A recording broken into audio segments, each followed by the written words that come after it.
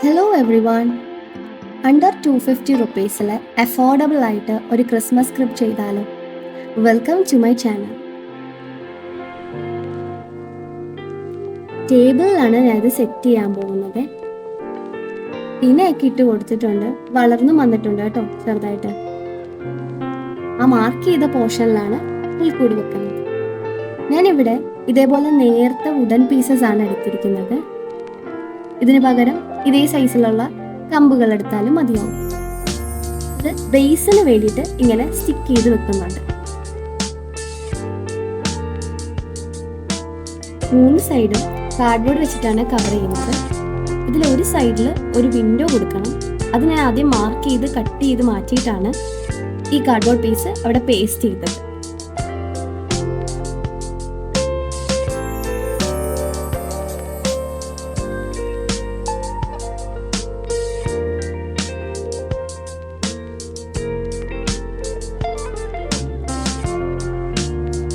റൂഫും അതേപോലെ സ്റ്റിക്ക് ചെയ്ത് വെച്ചിട്ടുണ്ട്. ബാക്ക് സൈഡിൽ ആ സ്പേസ് ഒന്ന് കവർ ചെയ്യേണ്ടതുണ്ട്. അതിന് ഇതേപോലെ വേറൊരു കാർഡ്ബോർഡ് അതേ മെഷർമെന്റിൽ കട്ട് ചെയ്തെടുത്തിട്ട് അവിടെ സ്റ്റിക്ക് ചെയ്താൽ കൊടുക്കുന്നത്.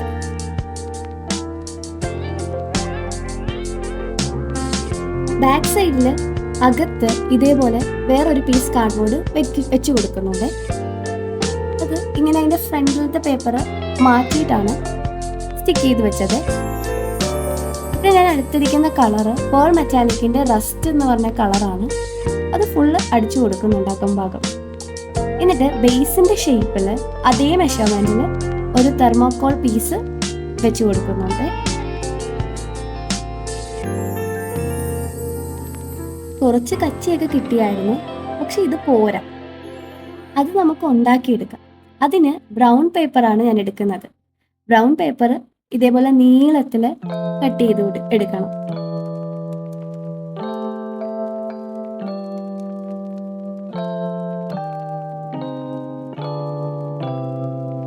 മുകളിൽ ഇതേപോലെ ഫെവിക്കോൾ മുഴുവനെ വെച്ചിട്ടാണ് ഈ ഓരോ പേപ്പേഴ്സും നിരത്തി ഒട്ടിക്കാൻ പോകുന്നത്.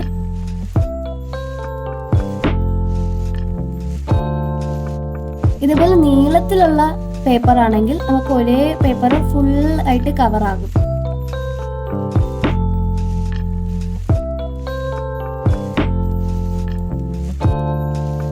ബാലൻസ് കിടക്കുന്നതെല്ലാം ഒന്ന് ചേർത്ത് കട്ട് ചെയ്ത് കൊടുക്കാം.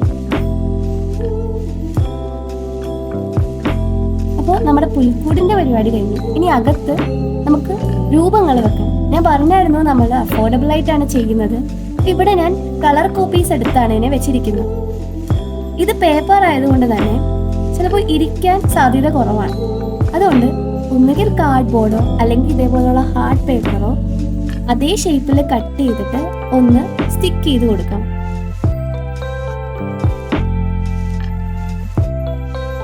ഇതിന് പുറകില് നമുക്ക് ഒരു ടൂത്ത് പിക്ക് വെച്ചിട്ടോ അല്ലെങ്കിൽ ഈർക്കിൽ വെച്ചിട്ടോ ഒന്ന് സെല്ലോ ടേപ്പോ, ഇവിടെ ഞാൻ മാസ്കിംഗ് ടേപ്പാണ് എടുത്തിരിക്കുന്നത്, അത് വെച്ചിട്ടൊന്ന് ഒട്ടിച്ചു കൊടുക്കാം.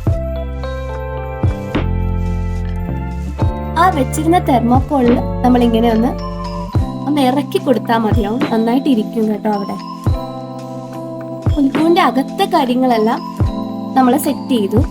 മാലാഖയിലെ ഡബിൾ സൈഡ് ടേപ്പ് വെച്ചിട്ടാണ് നമുക്ക് ഒട്ടിക്കാം. ഞാൻ ഇവിടെ നാനോ ടേപ്പാണ് എടുത്തിരിക്കുന്നത്.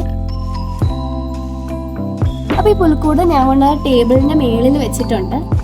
ഇനി പുല്ലില് ആട് മേയുന്നത് പോലെ നമുക്കൊന്ന് വെച്ചു കൊടുക്കാം. രാജാക്കന്മാര് കാണാൻ വരുന്ന ഒരു രീതിയിലാണ് സെറ്റ് ചെയ്തിരിക്കുന്നത്. ആട്ടിടയന്മാരെയും വെച്ചിട്ടുണ്ട്. ലാസ്റ്റ് ഉണ്ണിയേശുവിനെയും ഞാൻ വെച്ചിട്ടുണ്ട്. അപ്പോ നമ്മുടെ പുൽക്കൂട് കഴിഞ്ഞിരിക്കുന്നു. വളരെ എളുപ്പത്തിൽ ചെയ്ത് തന്നെ എടുക്കാൻ പറ്റുന്ന ഒരു ക്രിബാണിത്. അത്രേ ഉള്ളൂ ഇന്നത്തെ വീഡിയോ ഇഷ്ടപ്പെടുന്നെങ്കിൽ ലൈക്ക് ചെയ്യുക, കമന്റ് ചെയ്യുക.